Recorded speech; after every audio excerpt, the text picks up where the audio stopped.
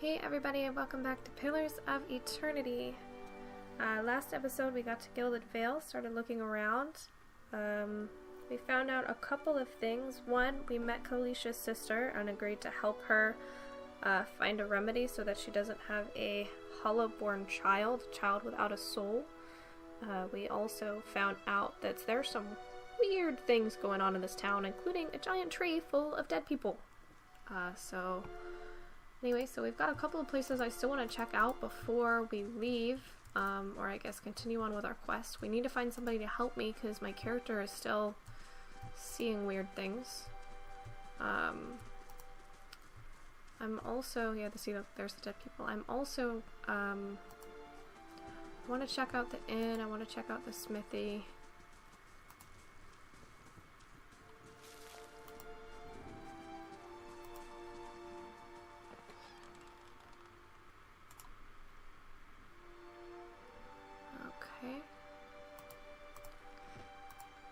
Let's go in here. You can queue actions with the shift key. That's neat. Alright. Oh. I see dead people. As you near, you feel a vibrant history containing the essence of this woman's soul. Voices from its past call out to you. Reach out to the soul. Alright. You see a crowded marketplace, vendor stalls lining the road, their proprietors' voices calling out to a passerby to come sample their wares. This woman wanders through the throng, strolling hand in hand with another woman. They pursue the vendor's goods, tarrying at a book merchant with a number of old and beautiful tomes, chatting with one another about what they see. One will pick up a book and show it to the other, who will look at it, comment on it, and place it back on its shelf. Then the first will snatch up the book again and quickly pay the merchant before the other can snatch it back. They walk away from the market, weighed down by packs filled with books, still hand in hand, standing close, comfortable and familiar with each other. As they pass down a somewhat deserted street, an object suddenly hits the woman in the chest and bounces off, rolling away towards one of the buildings. The women stop and look at the object, an apple, and then back up at the person who threw it. There is nothing special about him aside from the angry look on his face and the two other apples he holds. Before either woman can move, the man draws back and throws another one at them, this time hitting the second woman in the forehead. He yells at them, something derisive and hateful, something about a legacy and about responsibilities. The woman raises her hand to her head and wipes the juice and bits of fruit from her face, and stares the man down defiantly. The first woman squeezes her hand and puts the other on her companion's shoulder, attempting to calm her down. The other woman pulls a book from her pack and holds it before her, muttering under her breath. She pulls her hand free and waves it above the book, an aura forming around her.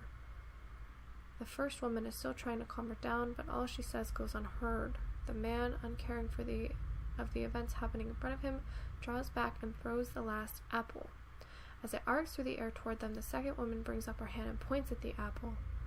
A glowing orb of energy flies from her hand and strikes the apple, causing it to explode, raining bits of apple down on the road and buildings around them. The man's face changes, anger joined by fear, looking like he's trying to decide if running or attacking is the better course of action. The second woman has started chanting again, her hand glowing, her eyes narrowing. This woman steps in front of her, placing herself between her love and their attacker. She touches her face, gently stroking it while whispering calming words, a kiss. The woman's countenance changes. She calms, her eyes softening, her lips regaining the lost smile. The first woman smiles again as well and kisses the other.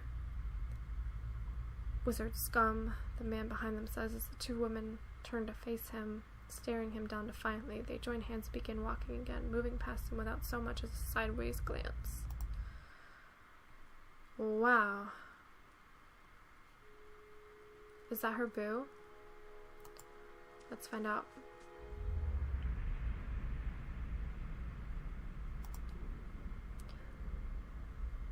You see a key turn gently, steady, and hear a ghostly click as the door swings inward. Two figures slip in, locking the door behind them, and begin their prowl. Their hunt is efficient, and it takes them little time to acquire a sizable collection of documents and oddly shaped velvet pouches. Quick hands fill pockets, rucksacks, bags. The door opens downstairs and everything freezes. Footsteps, a tired giggle. The thieves are all white all eye whites and short breath as they empty their pockets of all but the necessities. Anything noisy hurriedly replaced. Silence from downstairs, and tentative steps up the staircase. A voice calls out. One thief creeps forward, the other gesticulating wildly for him to return. He continues forward, crouching by the banister. He sees a gaudy shoe and shoves. The woman falls with a cut-off scream, rolling lifelessly to the floor below. Swearing, the second thief grabs her brother and make their escape, collecting whatever of value they can on the way out. Wow. So all of the people with these like green names are souls and aren't really there. So I'm going to assume this doesn't count as stealing then? No, it counts as stealing. And now they want to fight me. Well, crap. Alright. Hmm? How may I help? Okay, what do you do? First level wizard spells.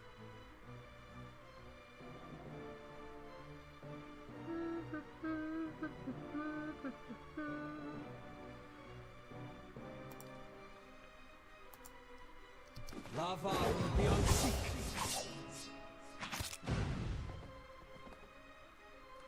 Well.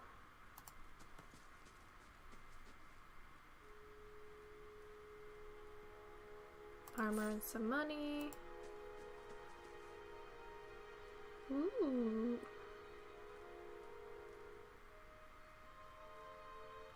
Pretty much exactly what I already have. But screw behind the sacks. Well, I guess I can loot this other table then. The Direwood. Ooh, book. Alright, I've already done quite a bit of reading this episode, so I'm gonna loot this. And we will read it in another episode.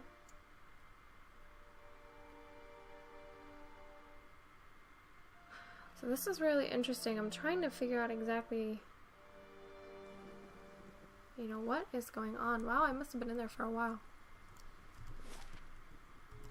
Indeed. Let's see if there's anything back here. More spring berries.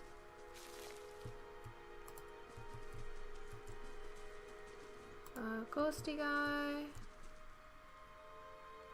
Where are you going? You have nowhere for me to go.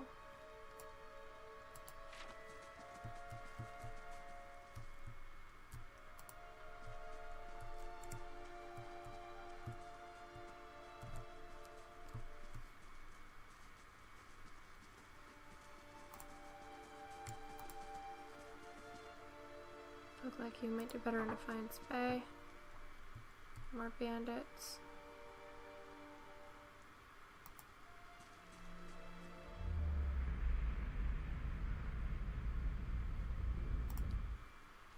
What if I talk to him?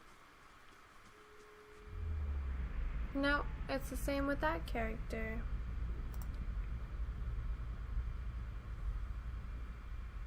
Okay.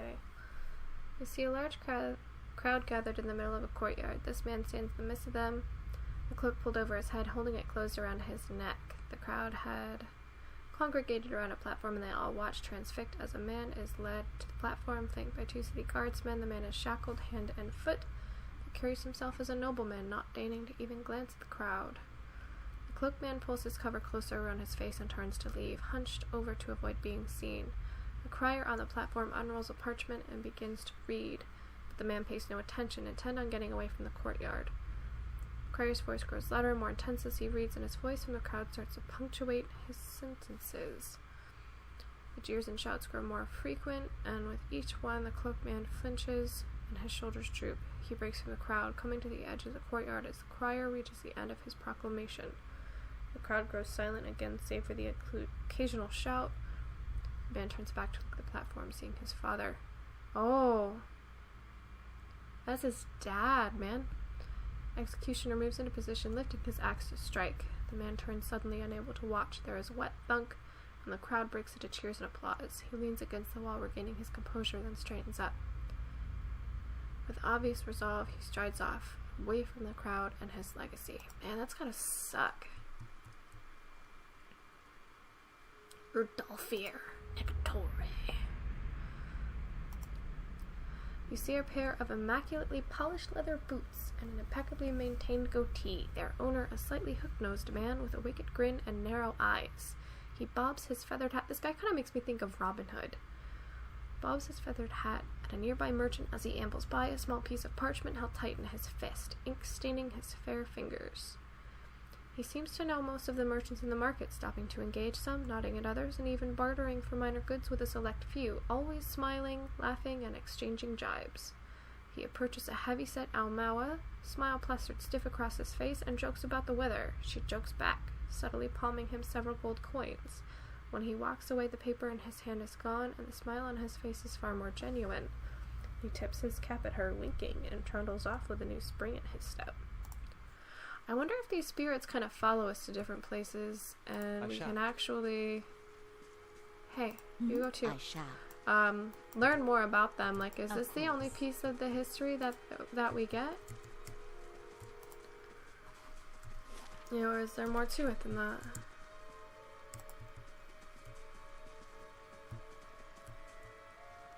Alright. Nothing that way.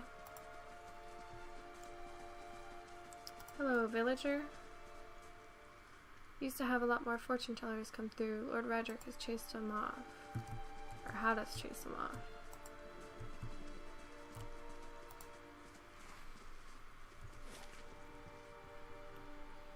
Okay.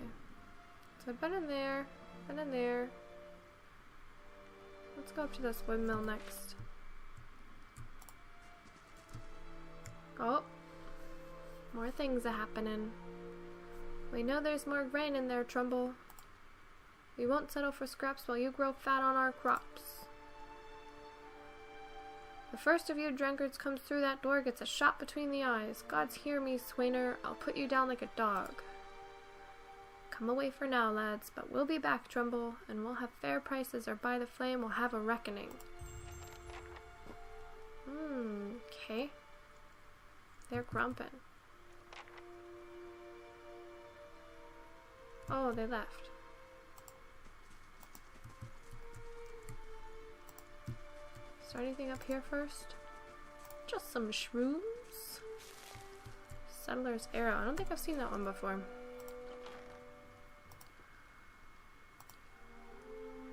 Poof doo doo.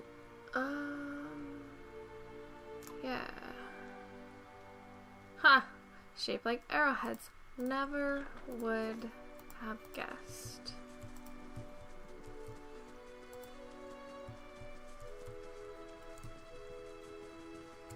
Okay.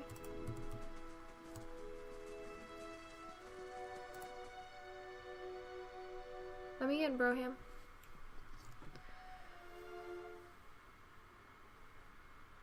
An elfin man stands before you, his relatively stocky build suggesting a life of labor.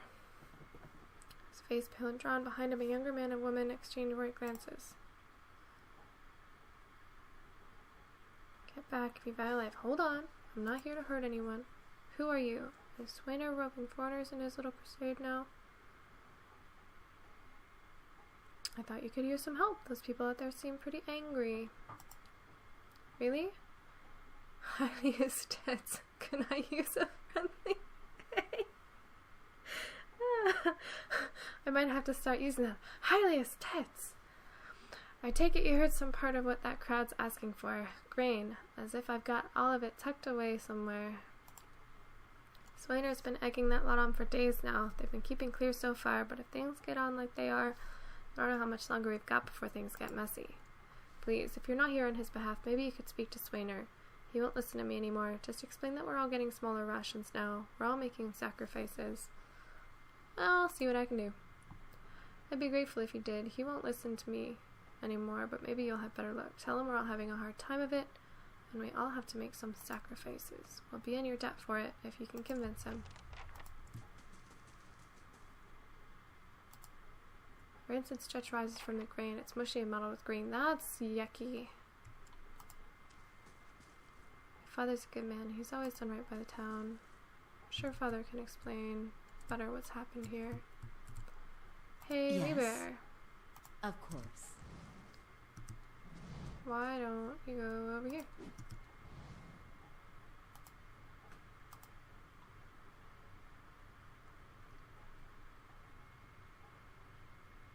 Okay, so this is cool. So I'm like sitting over here because I want to know what's in the box.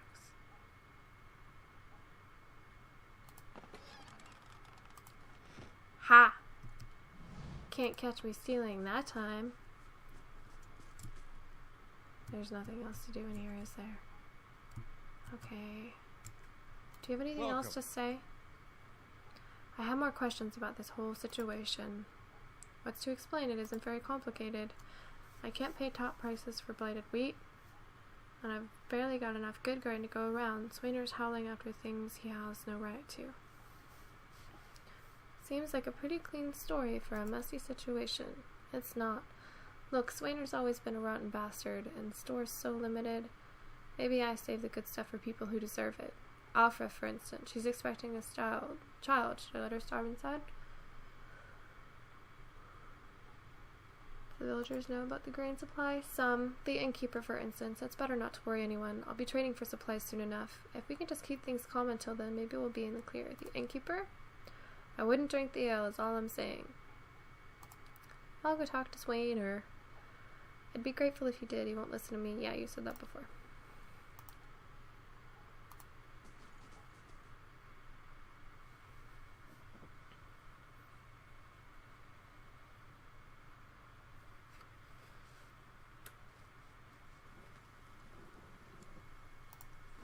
Okay. Let's go down to this house down here.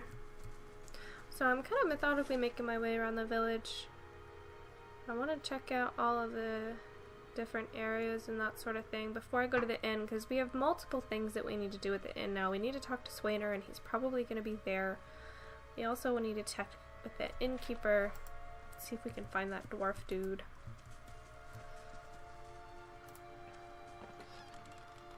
Yeah, I'll take your beer.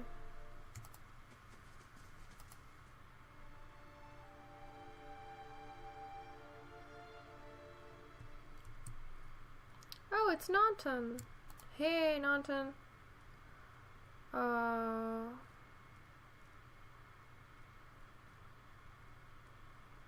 Good day, stranger. Can we help you? Do you know this woman, Nanton? Yes, I think we met in the Valewood. I warned her about the bear. Glad to see you made it. Was there something else you wanted? You two seem to be in a hurry. You two are in good spirits for someone who just lost a friend. Is there anything you can tell me about Gilded Vale? Only that you want to be moving on as soon as you can. You'll have seen the tree, I imagine, but the rock goes deeper. If you were to look for work, I'd say you'd have a better chance of it elsewhere. We're headed for Defiance Bay ourselves. You two seem to be in a hurry. Yes, I imagine so. We're packing for a trip, actually. I've been meaning to visit Defiance Bay, and, well, in truth, I think I've had my fill of this town. Goodbye. Gods keep you.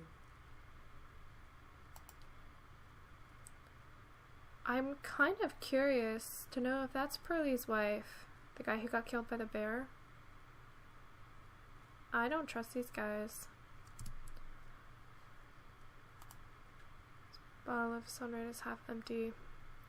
I want to check these things, but I don't want him to get mad at me, so we will leave. I will be a good little rogue. If there's such a thing as a good little rogue. Okay. Down to the smithy. Down to the smithy.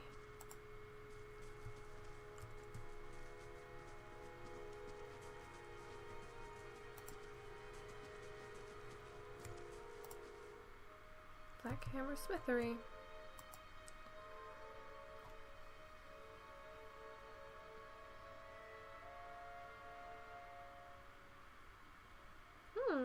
Bigger than I thought.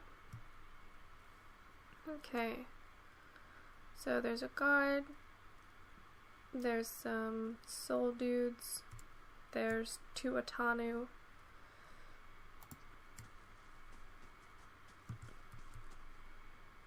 Dented and dull, these swords look ready for the forge.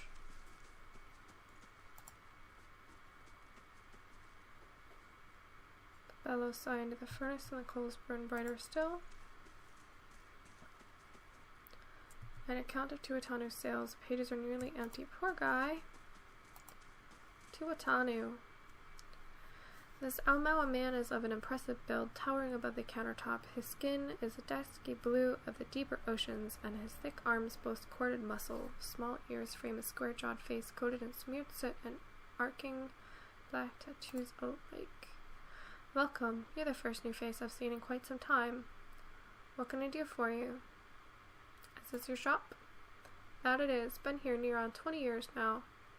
Seen all manner of things over the years, good luck and bad.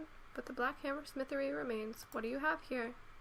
You come to us at a strange time, I'm afraid. The stock's not what it used to be, but we find weapons and armor to offer yet, all forged right here at the Black Hammer. What happened? We just don't have the supplies. Been expecting the delivery for near on a week now, and we haven't seen sign of it. Have to expect they were hit by bandits. The road out east is crawling with them. Or my workies ran off with the wagon themselves, maybe to make some coin. As if that lot would dare. He's right about the bandits. The dire situations in villages like this and the exodus to the cities has created far too many opportunities for unscrupulous sorts.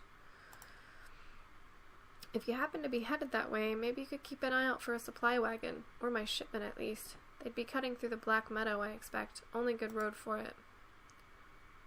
As it is, most of our weapons go to His Grace, Lord Radric. And that's as it should be, but it doesn't leave much for outsiders, we just don't have the iron. I'll see them back safe and sound. I'd appreciate your trying anyhow. You bring back the supplies at least, and I'll have much more to offer you. A discount to start. And if you do find my workers, you give them a good smack upside the head for me.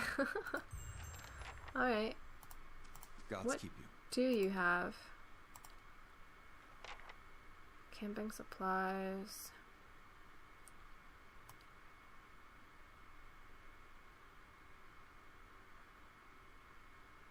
Okay.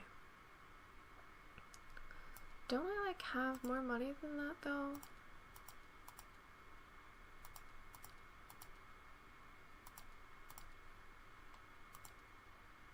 I guess not. I guess that's all I've got. Okay.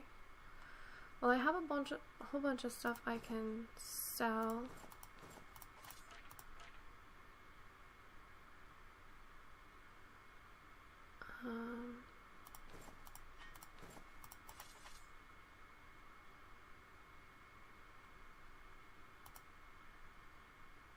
I would like a camping supplies, please.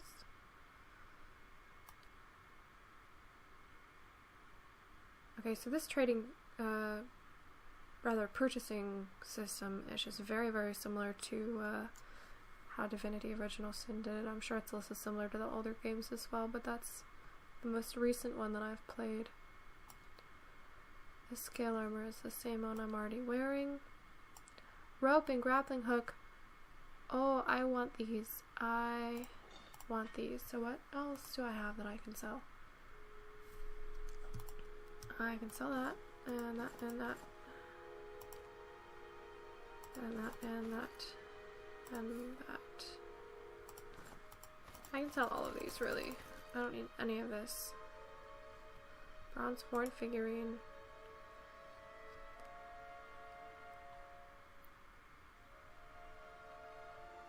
Summons an enemy. Cape of withdrawal. Disengagement defense bonus. Cool. Blunting belt. Minor ring of protection. Minor ring of deflection.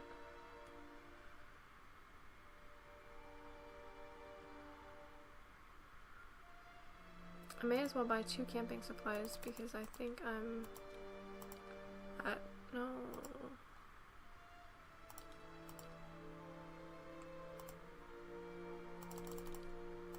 There we go. Cool. I bet with that rope and grappling hook I can go back to those ruins. No, okay, let's see what these guys have.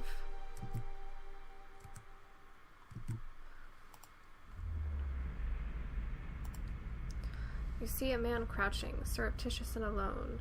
A series of untamed shrubs, all that hides him from the vision ahead. His eyes are locked on a Delimgan, beautiful and terrible, eyes half-lidded as she hunts. A bird with fantastic blue and orange plumage sits on her shoulder, trilling gently, and the man is entranced. Trembling, tentative, he stands, and the tranquility is broken by the bird's startled squawk. The Delimgan half smiles, beckoning with twig-like fingers. She does not speak as he approaches. His mouth is dripping sounds of awe and admiration. She waits, coy and tempting, with agonizing slowness. He is before her. Then, something changes. She sees something hanging limply from his side and begins to hiss, fingers suddenly claws and eyes black with hate. He has no time to reach for his axe or grimoire as he strikes. And as soon as he strikes, she is gone, the only evidence of her existence, that shuddering wreck on the ground. He grabs at his grimoire nevertheless and begins to chant, but the words of a magical language of his own imagining, scribbled in a maniacal shorthand, ring hollow, and the silence continues unabated. He turns and shrugs at someone or something, but if there is something there, you do not see it. Dugan Steel Collar. What does your soul have to say? Your soul has to say a lot, dude. You see a group of adventurers surrounded by a crowd of attacking Saurups. Oh, the little lizard thing that we saw in the ruins. This man is with them, seemingly unconcerned by the battle, even detached from it as he stands in the middle of his comrades chanting. Okay, so he's a chanter, I think. With every phrase, the battlefield changes. His allies glow with the pulsing blue light, freezing the Saurups that surround them. A blazing pyre erupts from the ground, cutting and burning creatures, sending them scattering. One of the fallen Saurups suddenly explodes as 3 giant grubs crawl from its course. That's gross. Weird. The man continues to chant, thoroughly enthralled and enjoy the moment. Finally, the creatures have been reduced to 1. His allies stand back as the man approaches it. Still chanting, he removes his hammer and swings it up the Saurup. His phrase ends as the hammer connects with its head, punctuating the spell and bringing the song to an end. Do you have anything to say, Broham? Nope.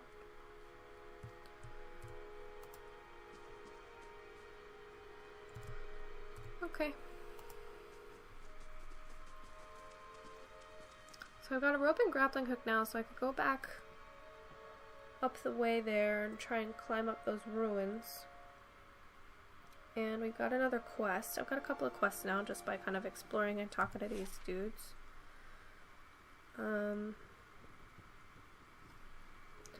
I've pretty much been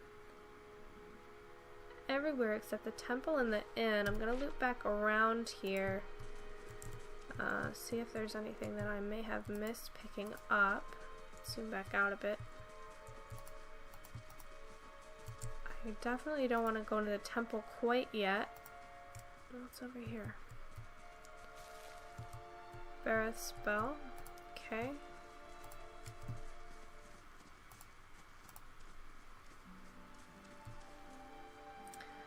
Alright guys, so I'm going to end the episode right here. Next time we're going to go into the Blackhound Inn and see what trouble we can get ourselves into next.